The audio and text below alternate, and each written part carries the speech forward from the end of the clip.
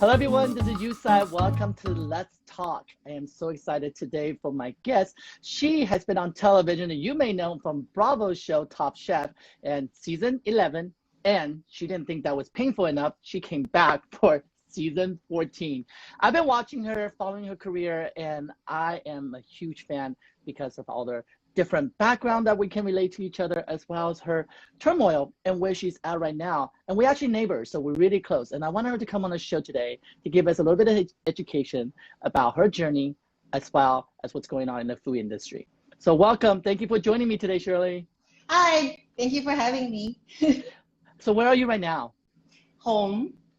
I'm following order, but at the same time that probably earlier I told you I have a lot of phone calls because LA County is officially be ready to open for dining. So I'm getting ready to reopen my restaurant hopefully soon, but a lot of paperwork and ordering and negotiating going before we actually be able to finally open the door. So planning right now. Well, before we talk about the restaurant, give us a little bit of journey of your culinary journey, please. Well, I'm born and raised in Beijing, China. So I came to America at age 17. There's whatever happening right now is sort of triggering me of my memory of the Tiananmen Square, June 4th, which is past. It's a little heavy. But that's sort of my background. I love food, but I was never really, I'm the only chef out of my whole family. After I moved to America, came here for college degree, business degree from the Bay Area, working in the Silicon Valley for 6 years. So I had like a minor career going. Hated it. Well, the reason I work in Silicon Valley is really for my parents. Get a degree and do something, a white collar, has a great career. My dad was also in a semiconductor. And then after sort of the dot-com boom, and at that moment that I wanted to do something else. I always loved to cook, ever since I was a little kid. So I went to culinary school and never looked back. I always say that I can always go back to Silicon Valley, but I never did.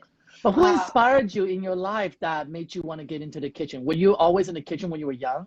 So I'm a little bit, so people always say, oh, your grandmother cooked, your mom cooked. No, I'm the opposite. My mom was a doctor. So I grew up with a lot of career women.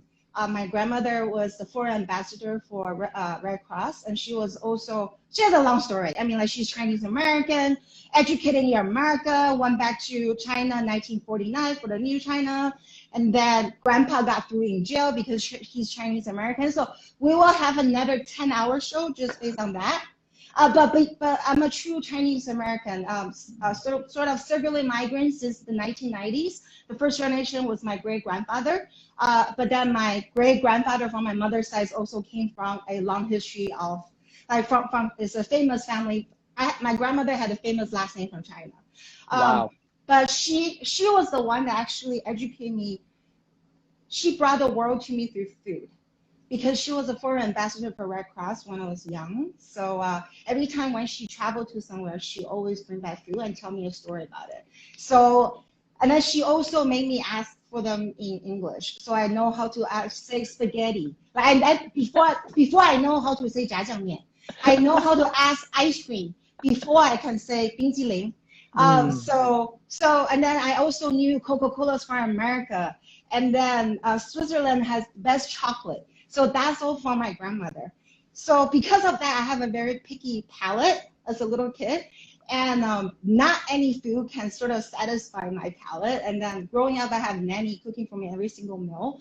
And so at the age probably 6 or 7, I started to learn or try to figure out how to make food on my own. My mom was a doctor. My dad was an engineer. And then so everybody in my household all worked, had a great career. So as a little kid, we didn't have any Food Network or Bravo Top Chef or anything. So I just tried to figure it out. And because my grandmother actually brought me to a lot of Western restaurants, and also because she lived in the United States for over 15 years, so she kind of had this, so in my family, we always had this sort of mixed culture when it comes to eating. We drink milk and heavy toast, and I know how to drink coffee as a little girl. Instead of eating kangji and youtiao and drinking soybean milk. So the first dish I actually ever created for myself was fried rice. But I thought fried rice was Western food because we had it in a Russian restaurant. but it's actually kids' meal that my parents ordered for me. While they having borscht and cream of mushroom soup, and then they ordered fried rice for me, it was ham. So I thought that was like Russian food. So the first dish I ever created was fried rice, was ham and egg and cucumber. I still remember. Wow. So you were culturally diverse in the food language before you even got into the education part of it. You were already exposed to it. Your grandmother's travel, you lived vicariously through her, and your curiosity made you want to cook. So when you started getting into the traditional cooking education, what was that like? From your learning already growing up, all of a sudden you're in this confined structure. Wasn't that something that you will always fight against? So when it comes to finding my culinary voice, it sounds slightly cheesy, but true. I actually found my culinary voice when I was Top Chef competing. Wow. I was never trained in Chinese cuisine, but because I think growing up, I'm a true Chinese American in heart because my identity is always really crossed. So when I was growing up in Beijing, I realized I'm a little bit different. Our household is very different because we have that sort of Western influence in us. And when we came to America, same thing. Again, I never felt fit in because I'm Chinese in the American world. So I find, tell the truth, the moment I found my voice and know how I wanted to cook is actually the time that I truly found that I belong to this world. I really figured out exactly who I am. I'm not 100% traditional Chinese. I didn't, so I'm Chinese American, but I'm a Chinese American not born in America. Mhm. So this is kind of like always the internal struggle of me. And I never cooked traditional Chinese food. I never learned how to cook traditional Chinese food because, again, my mom's a doctor, my dad's an engineer, is a business person. And then sort of like and then like my dream or my mom wanted me to become a doctor. My sister currently is in medical school studying to be a surgeon. So like, and my grandfather, Chinese American, Dr. Chung, he was a pediatrician for America. So you can see like that's sort of the expectation from your parents. But you know what? If one of them make it, good enough. My sister has a PhD and she has a doctorate. So but you know what? At the same time, now my parents was always a little bit not embarrassed by me because I'm very different from all my cousins. But now my parents are actually very proud to say that I'm the most successful out of all my cousins of my generation. I have a book, I be on TV, I have my own restaurants, and then the most importantly, I sort of create a platform for Chinese Americans. I love that. Which I didn't even realize that I'm doing it. So the first time I cooked Chinese professionally was actually at Chino Poblano, which was Jose Andres' first Chinese Mexican restaurant, and I was the chef. So I actually questioned him when he asked me to be the head chef. I'm like, chef, I'm traditionally trained in French cuisine, Italian cuisine, never ever cooked Chinese cuisine professionally in my real life. And then like, this is my first position. You want me to be the executive chef? And then he's like, but you have it, it's in you. So even though I did a lot of Chinese food, I'm cooking a lot of traditional Chinese food in Chino Poblano, but that was kind of like my growing part. Not until the first time I went on Top Chef.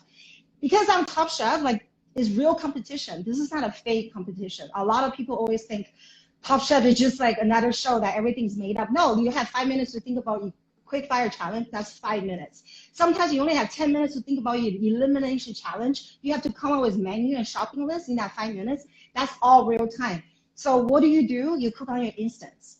So after my first season on Top Chef, I realized my instance is really Chinese American cuisine. But you have the techniques of the learning of the foundation. I mean, French Laundry is no joke, right? You went through the classic, because my dad worked in a Chinese restaurant, and I would say he's a chef. He said, no, I'm a cook. There's a level of difference of education when it comes to the food culture, right? So we were immigrants too. We moved to the United States when I was around 13, and my father, who didn't speak English, only place you could work is at my uncle's restaurant. Dishwasher, washing dishes, and then becoming a cook in the restaurant. That's why I learned how to cook. That's why I fell in love with cooking, but without knowing it. Because to be completely honest, what 13, 14-year-old boy wants to go to a restaurant at 4 in the morning with their dad, learning to break down a chicken, learning to cut broccoli? Well, in the Asian culture, when we don't follow the labor rules, you go in the kitchen. The moment you can step on a stool and reach the the sink, you can wash dishes, right? That's how we grew up, right? The moment you can hold that knife without cutting yourself, you learn how to break down the chicken in a restaurant with your parents. So I did that, and it was something I did not love. I in fact hated it, and I thought I would never, ever, ever want to be in the kitchen. But although I love eating and I love food, always have, and I from as far as I can remember, I'm always making the gourmet version of instant noodles. That was my, Me too. I was gonna say my second dish was like totally gourmet version of instant noodles. That's so my like one thing that people always say that, oh wow, you turn your hobby into your career. I was like, correct. I was like, I am like, people always like, oh, if I'm passionate about something, that this is what I'm gonna do. I was like, ugh. So I'm literally one person that always tell people that don't become a chef because it's really hard life. It is, and like, and for it's me, interesting. It's your passion and your instinct takes over, right? As you get older, as we get older, I'm sure you went through the same thing. When I was younger, I didn't want to bring rice as my lunch to school because people would look at me and go, oh my God, we're having burgers. You're having rice in this tin, the metal box, and it's still hot because you wrapped it in towel so it stays warm, because in America, they don't have a steamer. But in Asia, we put it inside the steamer, right? And then I'll be like, I was one of those guys. I was so proud of it. I would just triple stack with my shumai. But listen, in California, I lived in a very predominantly Hispanic community. I was in Chino, California. For those who don't know where that is, it's a I know where dairy that is. town. It's a dairy town, and it still is. This is before Chino yeah, Hills. yep. The It's best not Chino eggs Hills. come from there. It's Chino. and I fought against my instinct. I did not want to be in the kitchen. I didn't want to be a photographer. My dad's a photographer in Taiwan. I didn't want to be that. But years later, you become exactly what you're supposed to become. And I became a photographer who cooks on TV. I think a lot of it is like, for me, is I realized something that I'm truly passionate about, it comes with burden. If you don't realize that your passion comes with burden, that's not true passion. That's a hobby. So I did officially turn my passion into my career. Well, we saw your turmoil. We saw your struggles on Top Chef. We saw all that, all the tears, all the tears. And I thought, all right, season 11 goes by. You were top 3, I believe, in season 11. And I thought, okay, she's done. And then 2 years later, you wanted more pay. You didn't even know. Top Chef actually had a spin-off show. It's called Chef Duel. Oh. See? So actually, the first time I ever compete was my best friend of me. I wanted to say Brooke Williamson was on Chef Duel. And I beat her. That's why I was like, so she said, oh, now we broke even. Like, you beat me on Chef Duel, I beat you on Top Chef. I was like, no, that's not break even. So we had a little history behind it too. Huh? What made you come back to season 14? So season 14, I struggled a lot. When I got invited back, the producer constantly called. They probably went through 3 months of calling me, and I went to back and forth, couldn't decide. But finally, what makes me decide was my fans. Romy, I read a comment from Asian American little girl. She wanted to be a chef. And she never thought it's possible. She didn't know how to talk to her parents. So after the first time I be on Top Chef season 11, she actually showed the clip. She made her parents watch the show with her. She said that ultimately they probably didn't really persuade her parents 100%, but at least they're open to the idea now. So literally from that little comment made me realize that I have a platform. I have a platform to show Asian American woman or Asian American little girl that I can do something different. You don't have to be a doctor. I came from a whole family of doctors. You don't have to be an engineer. You don't have to be a business person. Pursue your dream. If this is something that you truthfully passionate about, like follow it.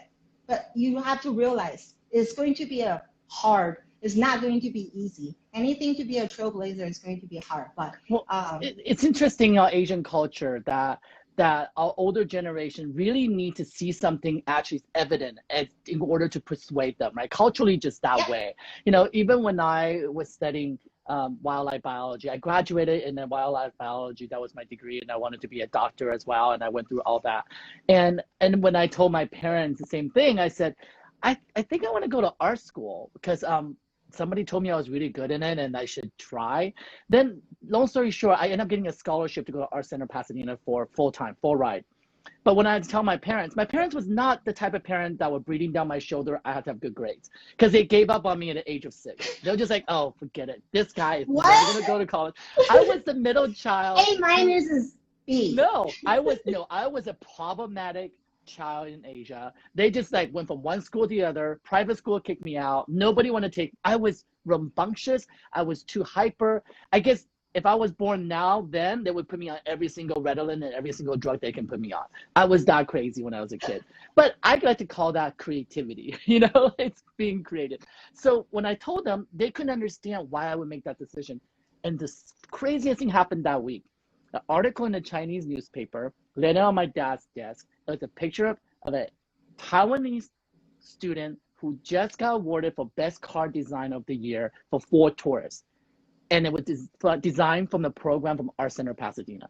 So with that piece of paper, with that girl who didn't even know she was influencing my family, like you were influencing so many young girls out there, they're like, oh, yes, you should go to that school. I'm like, see, that's exactly, okay, so another reason that I decided that I really need to go back to on Top Chef to compete again. Yes, I'm crazy, but also is when I first time came off Top Chef, I got interviewed by every single Chinese publication that I can imagine in Chinese, World Journal, Xingdao newspaper, and also Channel 1A1. A lot of local TV platform. And then one of the questions that they always ask is, how did you break into mainstream? That's right. And that breaks my heart.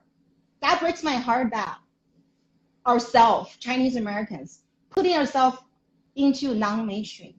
And then for me, I never realized that. Like when they asked me that question, I was like, oh, I didn't realize this is what I did. And at the same time, I didn't realize that us Chinese Americans really categorize ourselves as not mainstream. So that sort of kind of like a light bulb turn on that made me realize that I'm going to capture because, like us Chinese Americans, us Chinese, the first thing your parents always drill into you is be humble. The best is don't be too visible. Don't take the top. You want to stay behind and then secretly take over. It's kind of like that, right? That's always the mentality.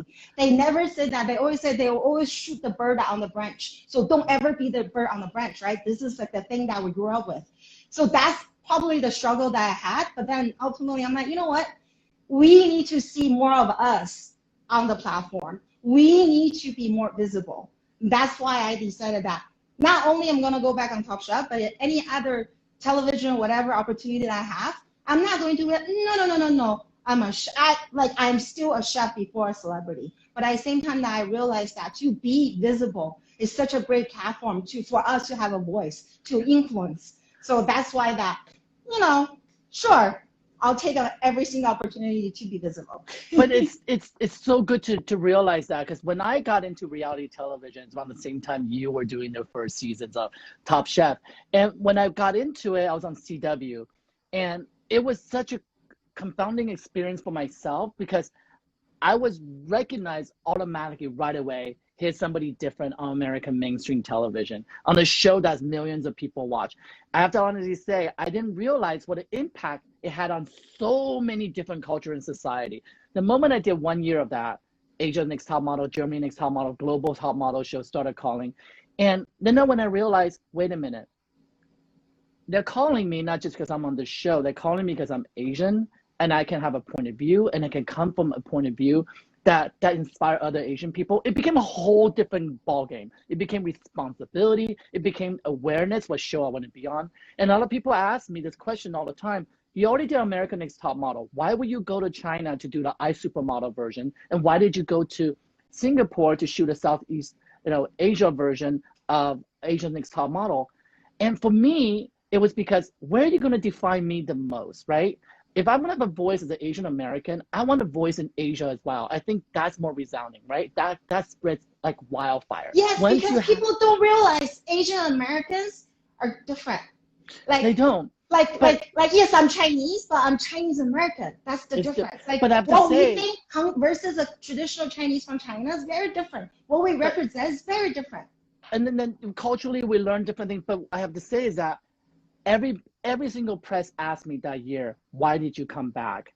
And for me, it was always, well, I'm come back to celebrate my roots. I'm come back to celebrate who I am, and also learning, right? So when I had the opportunity to do a show in Taiwan, in Asia first, that we were doing a Street to Kitchen Asia show, tasting street food and making street food for the vendors. That was my concept. I pitched it and executive produced it. And they asked me, where would you want to go?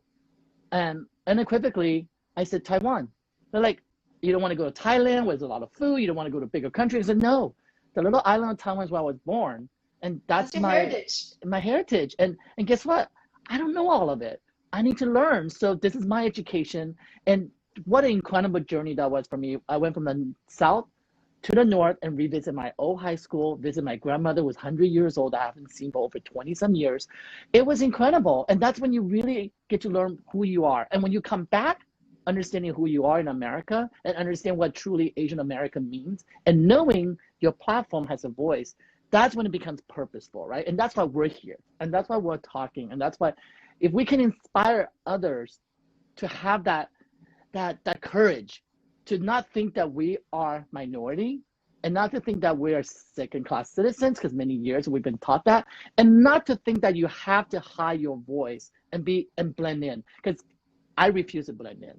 You know, I will not allow myself to blend in. If I was that person who just wanted to sit back and blend in, I wouldn't be here today with my photography career or even my television career. And I applaud you for that, because that's what I find out of sisterhood. When I saw you coming back, you know, in season 14, I'm like, she has gumption. She has fire.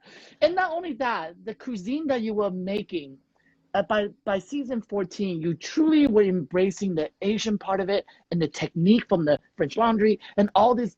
In that 3 years time difference, you were a complete new person. You came in such a force. No, I also realized that, hey, like, you know, we're very proud of our cuisine. We're very proud of our Chinese food.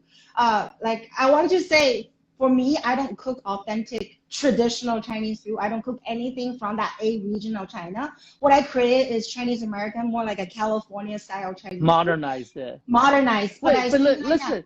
This is exactly what we need right now. But when you were making jjajangmian, okay, this needs to be told.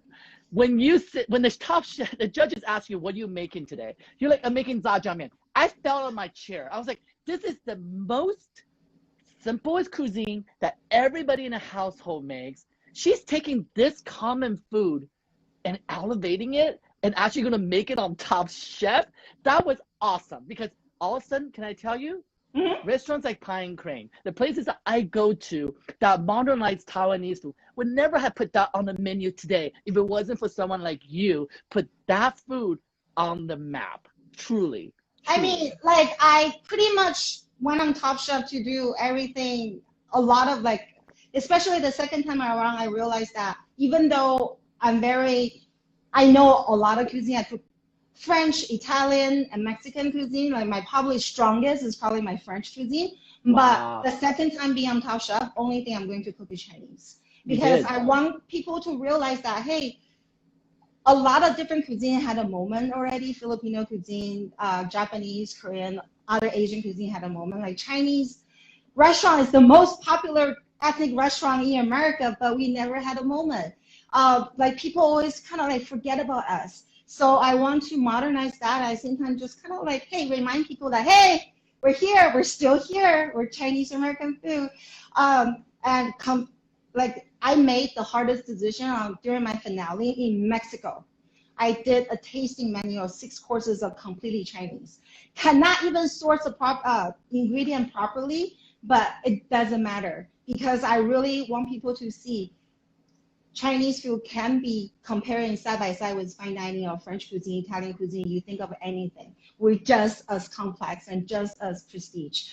So even though I lost, but at the same time that I knew I made a choice, I probably would have won if I decided to go a little bit more French, but I decided to cook who I am and sort of give our heritage a voice. So that's. Do you think it would have made a difference if you won versus being on the finale? What do you, like, I mean, I do 100%. I was really hoping that, I actually, tell you the truth, I thought I won. confidence. No, between Brooke and I, like, we really thought. I don't know. I knew there's one dish that I messed up, but it's okay. But my whole point is that also, ways like obviously if I won, the message is probably stronger because that will like continue to last. But I still, in a way, I know it sounds cheesy. I still won because I'll be able to showcase Chinese cuisine in front of everybody side by side. But at the same time, that my mom was there, so she kind of like she finally saw exactly what I'm trying to do. Even though until this day, she's still hoping that I do TV more and cook less.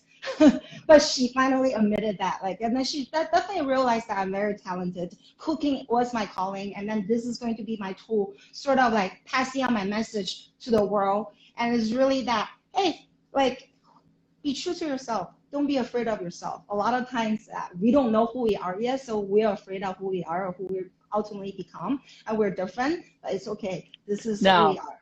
The restaurant opened after season 14. Let's talk about the restaurant. So I have Mystery Cafe in Culver City. I'm on the west side. I do house-made dumplings and noodles. That's one of the main things that I do. As you say, jjajangmyeon, I have the traditional version of jjajangmyeon with 6 different garnishes on my menu with hand-rolled and hand-cut noodle. And for me, because I'm from Beijing, so jjajangmyeon, the most important part is the sauce, right? So the huangjiang is coming from import from Beijing, which is it's been around for 2,000 years. It's making sauces, fermented bean paste for the emperors. So I have, and then I also make house-made jiaozi, dumplings. That's kind of like what I'm known for. So I have traditional pork and shrimp wonton, chicken dumpling, pork and fennel, which is a huixiang. 猪肉茴香馅 is very Beijing. So all those are traditional dumplings, but I also have like a vegan garden dumpling served with tofu aioli, and also like a jumbo cheeseburger pot stickers with bacon tomato jam, which I won a challenge on Top Chef. So you can see I have a few traditional fare that I love, I grew up with because I'm a northerner. So noodles and dumplings, that's what we do. But at the same time, when it comes to dinner, we do more elevated Chinese American affair, so it's a little slightly more chef driven, but it's still me. So like my beef and broccoli, I grill my stir steak. I use broccolini, Thank you for that. Like that. Thank you for that, because I grew up. Broccoli and beef was the #1 most popular dish in my dad's restaurant, and boy, do I never ever want to peel broccoli again. Just so those you guys know out there. It's not just take the broccoli and break it apart. You got to peel the thick skin off the outside. Yeah, otherwise it's too chewy. Broccolini. Yeah, broccolini. Just need to chop them. We're good. And then also, like, we don't marinate. So, like, because I run a steakhouse in Las Vegas. So, like when we cook beef, we don't really marinate with a beef tenderizer. So we actually use prime gray. And then also I brought Chinese walking chicken to the west side. Oh. From Wingling Farm. A lot of people say, what is that? I was like, it's like, you have to explain to people. This is like poulet rouge. So the moment you say poulet rouge, they're like, oh, fancy chicken. Like, yeah. Well, you say walking chicken? People say, what's a Chinese walking chicken? I was like, just like French poulet rouge. Do you do black chicken yet at your restaurant? No, I haven't done black chicken yet. Because that's an education for the Westerners, because they're delicious. First of all, I mean, I love the herbal black chicken. They're amazing. It's very Singaporean food. I love it so much. So we know that we're all in a lockdown still. We're starting to slowly open the economy. Tell me the turmoil that you had to go through and how you're going to come out of it. So everybody thought the lockdown started for California, that is. A stay-home order started on March 16th. Right. But because I'm Chinese restaurant, so I actually been feeling the effect of COVID-19 since right after Chinese New Year, which is the end of January already. The racism is true. Like, I felt it as a business owner. So the moment that everybody knew there is a coronavirus from China, I think that moment, literally every single Chinese restaurants in America's business dropped. And we saw the business dropping about 60%. Wow. That's a lot. We're talking about after restaurant week and after Chinese New Year, my restaurant is packed. We do like 200 to 300 covers on the weekend easily. It's Friday, Saturday, Sunday, that is. But we felt it right after that. We were like, I was looking at the books. I was like, why is my reservation normally it's at least 70 or 80s? Right now I have 20 for Friday. And I was like, maybe tomorrow will be better. 15 for Saturday. So we just felt that immediately. And then you see a lot. So like what I did was I took off Chinese characters from my Chinese menu that I put it outside. I changed my menu format so it looks, so I took out pictures. Originally, I actually had pictures because I'm a fast casual restaurant. I had pictures of my dumplings and noodles. I took out all the dumpling and noodle pictures. So I just posted a menu like with English and describe what we are, what the dishes are. So we did a lot of different things and I tried to really, to see, is it me? Is it my food? And then I realized, no, it's not. It's actually Chinese restaurant as a whole. My neighbors, or like there's also other Chinese restaurant. My other friends in San Gabriel Valley. There's a lot of restaurants that we all go to. Like that moment happens, we all felt the change. So we've been kind of carrying this since the end of January. And so we've been shaving off a lot of labor. And then for me is I really looking for other revenue to have income, and then we'll start trying to book events. But then again, with COVID-19, a lot of events got canceled. I was really lucky. I'm actually be able to sell my frozen dumplings on GoBelly as a nationwide platform. And then so that actually really helped out with our restaurant a little bit in the beginning. But once the shutdown actually started, we thought about we wanted to do to-goes, but ultimately for the safety of our workers and just thought about and cost money-wise, it was just not worth it. And my GoBelly was kept up for a little bit, but then I need to fold dumplings. I cannot just make dumplings by myself, which I did for a little bit, but I cannot keep up. So I called my dumpling girls to see if they want to join me again, and we can do some productions and sell frozen dumplings. But us, a lot of restaurant owners in Los Angeles or everywhere, we probably know a lot of our employees, they're not necessarily, they cannot get the benefit they deserve right now. So therefore that their family don't feel safe to come into work. I mean, for me, I actually employ families. I have mom as a folding dumpling for me, the father as a dishwasher, and then the daughter as my barista. Wow. And so we, like my little restaurant actually support a few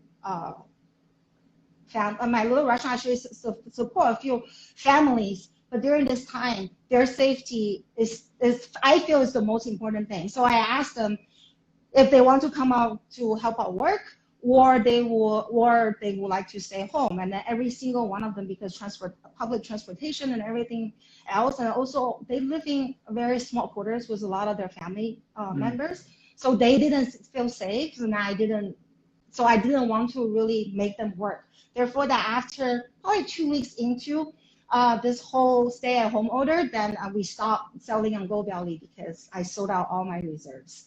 And then throughout the whole thing, like how I was be able to help out my little sort of Miss She community, or my Miss She family is, I opened up my walk-in, my freezer, and my dry storage. Pretty much let them take anything they need to. And then also that time that they had a hard time looking for toilet paper and milk. So I was be able to order toilet paper and milk wholesale for them. So my staff can be able to take all those home. And that was kind of like the beginning of the whole when pandemic first happened. And we made a decision of immediately close the restaurant. So therefore that we lay off all our staff, so they can actually go on unemployment. So majority of them was be able to get on unemployment. So therefore that now we're having a little bit of trouble trying to hire them back. Well, but hey, you know what? Like they deserve it. This is one thing that we know, that our unemployment insurance is going to shoot up like crazy. But that's literally, I thought about like physically, because we've been slow for 2 months already, so I cannot really, it's hard for me to carry the cost. I don't know how long I can carry their salary. And that's so what therefore I would be. Yeah. what's the mathematics, right? When I talk to a lot of different restaurant owners, they said that even if the government says 50% of capacity, that's still not going to cover your staff and the overhead. What's the mathematic for a restaurant like yours? What's your capacity that you need to have? Because a lot of restaurants depend on those 3 months holidays out of the year to feed the rest of the year. What's the impact from this point forward? How are you going to find that equilibrium to sustain? And how do you be able to find the capability to be profitable again? So we are at the mercy of our landlords. That's one thing, because the past 3 months we didn't have any income. That's another reason that right now, like I'm on a lot of phone calls and emails, because to get ready to reopen, we have to take care of our old business first, right? So obviously nobody open, so we cannot afford the rent. But at the same time, that it's not fair for landlord to take on all the cost. So we had to come to an agreement that, but I think, and then also with business dropping like this, I cannot afford my rent anymore. Right. So like we have to come to an agreement that reducing our rent, and I asked them in paper, in contracts. So therefore that, because my landlord said, oh, it's okay, I just give you half rent for how many months. I was like, okay, great, verbal's great. Can you put it out already? They're like, you need writing? I was like, yeah, but this is America. We kind of need contracts and all those sort of things.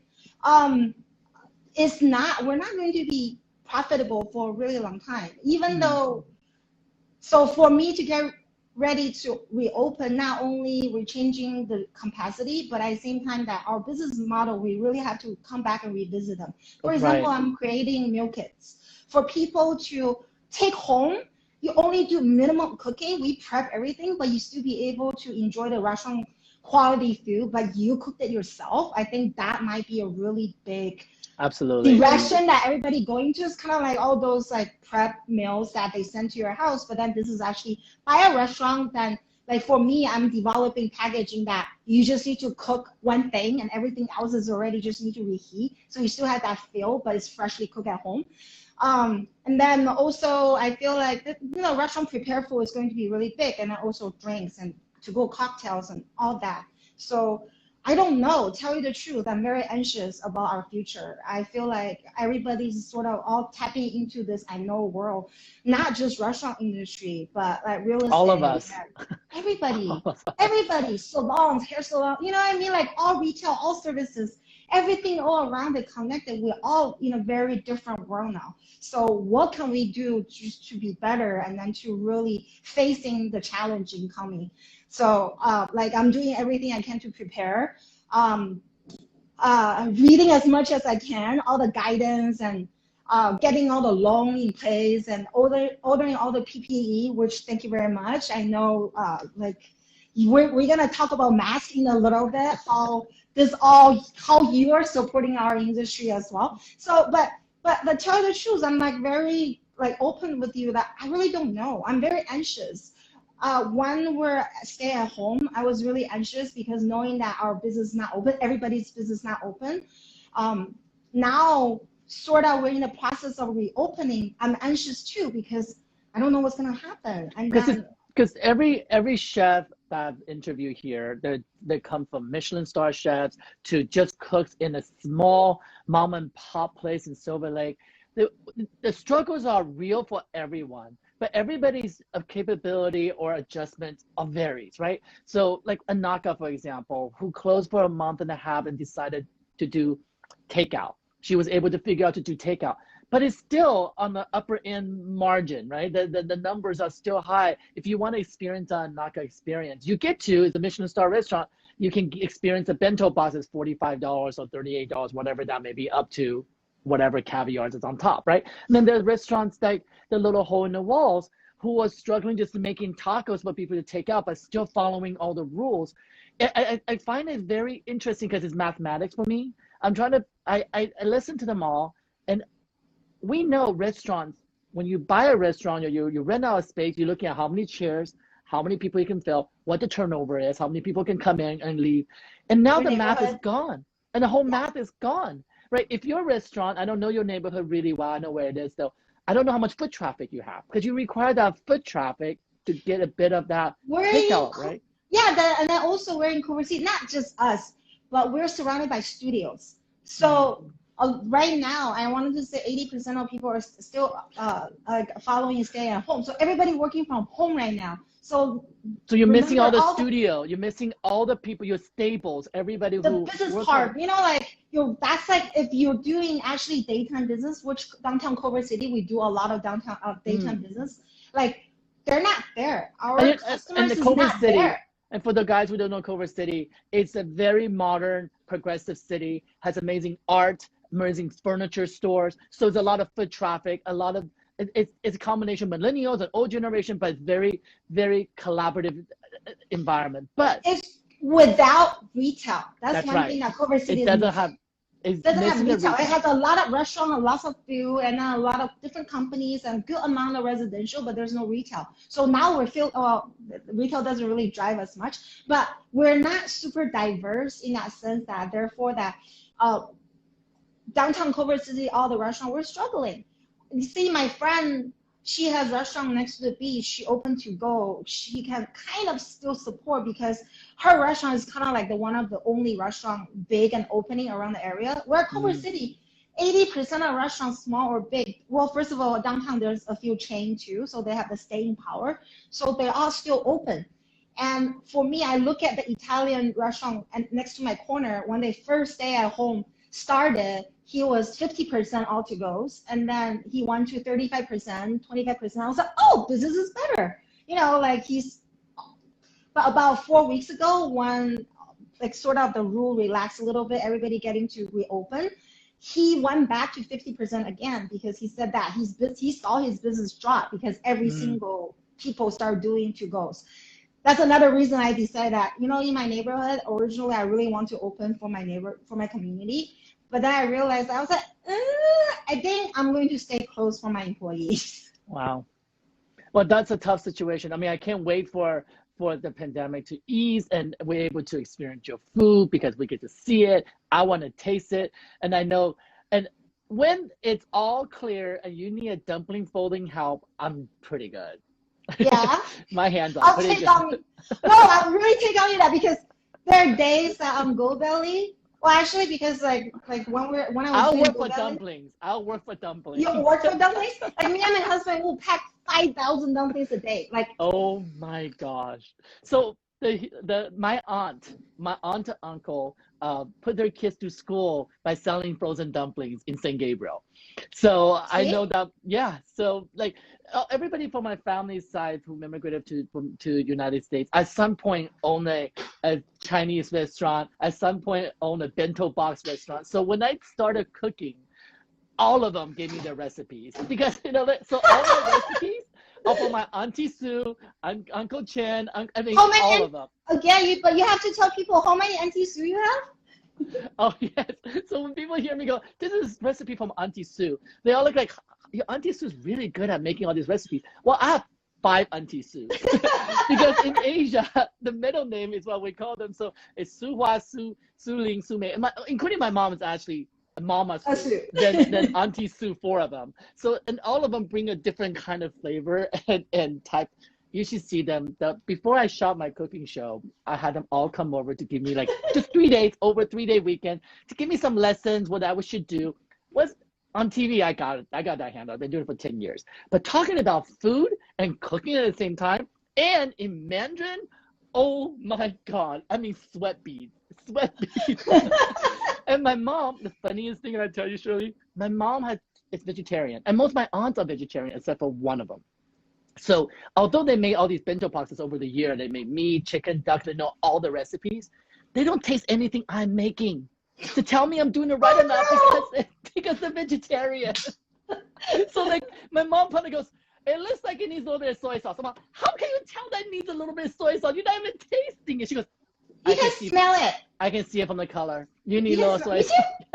No, but then that's what I'm saying. So every time when I do cooking, you should know that by now, but every time when I do a cooking show or cooking demo, I'm always telling people that, hey, don't just follow the recipe. Like, it's not just by taste, it's by smell, by visually looking at it, and also by listening to it, like the sizzle song. Like, but my family, we love getting together. We make green onion pancake. We love doing that. They love playing mahjong. They get together, they play mahjong. Oh, I'm going to take on your recipe because I'll go and they'll be like, you don't need to play mahjong. You go to the kitchen and make us pancakes. And then What? and my other You aunt, haven't earned a seat on oh mahjong my table God. yet? I didn't even start learning mahjong until this year. So Oh before my that, God. I was always in the I've kitchen. been playing since I was 6. Okay, you know what? You and I are going to be best friends. We're going to somehow fold dumplings and play mahjong at the same time. Oh, we can totally. But that's that's the culture and an incredible culture that I got to be surrounded by. Because growing up, I left home. I went to college right away. I didn't stick around. I didn't have that close relationship with my aunts and my family. But it was food. Truly, at the end of the day, they didn't help me with photography, right? They wouldn't know the difference between high fashion and then ready to wear. They wouldn't care, and they don't even care about celebrities I shoot. They're like, oh yeah, I seen that person on TV. you know. But when it came to food, oh my God, my uncle would be like, "You're folding that dumpling wrong. Oh, why are you rolling dough in like this? It has to be one hand like this." Like all this stuff that I learned from the traditional way. I never went to a cooking school, but Auntie Sue's and Uncle Sue's, they give me the education. Oh yeah, no, 100%. Like my mom included. So I brought my parents to work the other times. I shot a few for Tastemade specials. So my parents actually, well, I got to work with my dad. That's one thing, and then but my mom Wow. actually my mom was really jealous. But then my mom was actually got to see. So the whole time I was folding dumpling with my dad. My mom was yelling at me or yelling at us next to the cameras, right? And then like in the middle, she stopped the director, handed the director a pair of chopsticks. Tell her that, hey, go tell Shirley she needs to use chopsticks instead of her hand. I was like, oh my God, that's My so God. You know what? That is so Chinese. That is so Asian, mom. I'll tell you a funny story about my mom. Is that my mom does not like to be on camera. I'm on camera all the time, whatever, right? I'm so used to it and doing it for 10. This is my job. And I told her, I said, listen, I'm doing Street to Kitchen. I want to make final episode really special. I really want you to come on the show. She goes, well, I'm not gonna eat anything because you're making meat. So I made the traditional beef noodle soup. All the other episodes, I made food that had modern twist to it. Mhm. California twist, my own twist or my own different area I've traveled. But I wanted to make a beef noodle soup that's herbal beef noodle soup. So it's a fusion from my Taiwanese side of my family's traditional recipe to the street recipe. So all these herbs and all this stuff, right? I went to the herb shop for herbs. So my mom's like, okay, well, you can make a vegetarian version. I'll have it. I'm like, sure, I'll make a vegetarian broth. So when we started filming, I mean, my mom, she's in the corner watching this noodle being pulled. I try to learn how to pull noodle on camera for the very first time. Guys, don't do anything for the very first time on camera. I should have practiced. A mess. It was not even. But you know what? It was an amazing experience. But when we started filming, she became so nervous. She was so nervous. And I actually cried in that episode because I never thanked my parents for bringing me to America. I never have that conversation with my family because Asian families, we don't share our feelings, you know? Yeah. When was You the don't, first time, have you ever told your parents that you love them? oh, on the show I did. No? So In my person, uncle, in Chinese, have you? no, we never do that, right? So What? when on the show, my uncle, who I haven't seen for 20 years, was there. My auntie was there, and my mom was there. And I presented the meal, and my uncle talked about what a rebellious kid I was. They gave up on me, and look how I turned out. All the beautiful stuff. So I turned to my mom, and I'm choking up now. I thank her. I said, I never thank you for bringing me to America. And I'm crying, right? I'm teary, I'm crying. And my mom was so nervous. She just stood there like a dragon, tiger mom. Not a moment of emotion. And I told the director, cut. I go, Mom, you have to do something. I don't care. You shake your head, or you have to smile. You have to like touch my hand, or pat me on the back, say you're proud of me, or because right now you are a dragon, Mom, and nobody's. She was just like, I'm too nervous. I'm too nervous. I think that's when she realized how difficult it is to be on camera. And it was a really beautiful moment. I'm so happy I got to share that with my family. My grandmother has Alzheimer's, so she doesn't recognize me anymore. But she's 100 years old, and I took her back to my school, my grade school where I grew up, and then we walked the schoolyard, and I went back to the same classroom where I used to get punished all the time. It was crazy, but it was such an amazing learning experience to go back to that. And I encourage everybody who have ever have opportunity to go back to the grade school or the kindergarten classroom, just go, because that's when you really realize how far you have become. You really do. I didn't fit in those chairs anymore, for sure. All those memories. Oh, amazing memory. Well, Shirley, we can talk forever and we're already running out of time, but I want to thank you so much for being here with me today. And I know that I made a friend for life now, that when this is all over, no digital, nothing's going to stop me from jumping the city from West Hollywood to Culver City, eating, mahjong, share more amazing stories. And I love to get tips from you and learn from you before I travel again to another place and learning how to cook more. Thank you for having me. Oh, thank you so much. And let me know if I can help you with anything at all. As you guys know, been watching that Let's Talk as an initiative. For every person who comes on the show, we donate 500 masks to first responders, also people who are in the restaurant business. And thus far, we have raised over 100,000 masks, and they are about 80% delivered. We have 20,000 more masks on the way. So people who are watching who are in the industry, please DM me that we will have to help you to get you a PPE so you can have a safe place and feed us, because that is what we all want to do, is celebrate a bit of freedom from our own home and eat. Human connection. Can't wait Yes. to have that. Well, I am so happy to meet you. I have a new friend. I love it. Thank you so much. Well, she just made me super hungry, and I can't wait to learn how to make dumplings. Now, did she say 5,000 dumplings a day?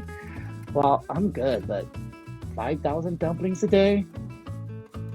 Maybe I should not offer to help. But you know what? Mahjong. I'm ready for that. Thank you so much for joining me today, and I will see you guys again tomorrow. This is Yu Tsai. Until we see each other again. Keep talking, and I'll see you soon. Bye-bye.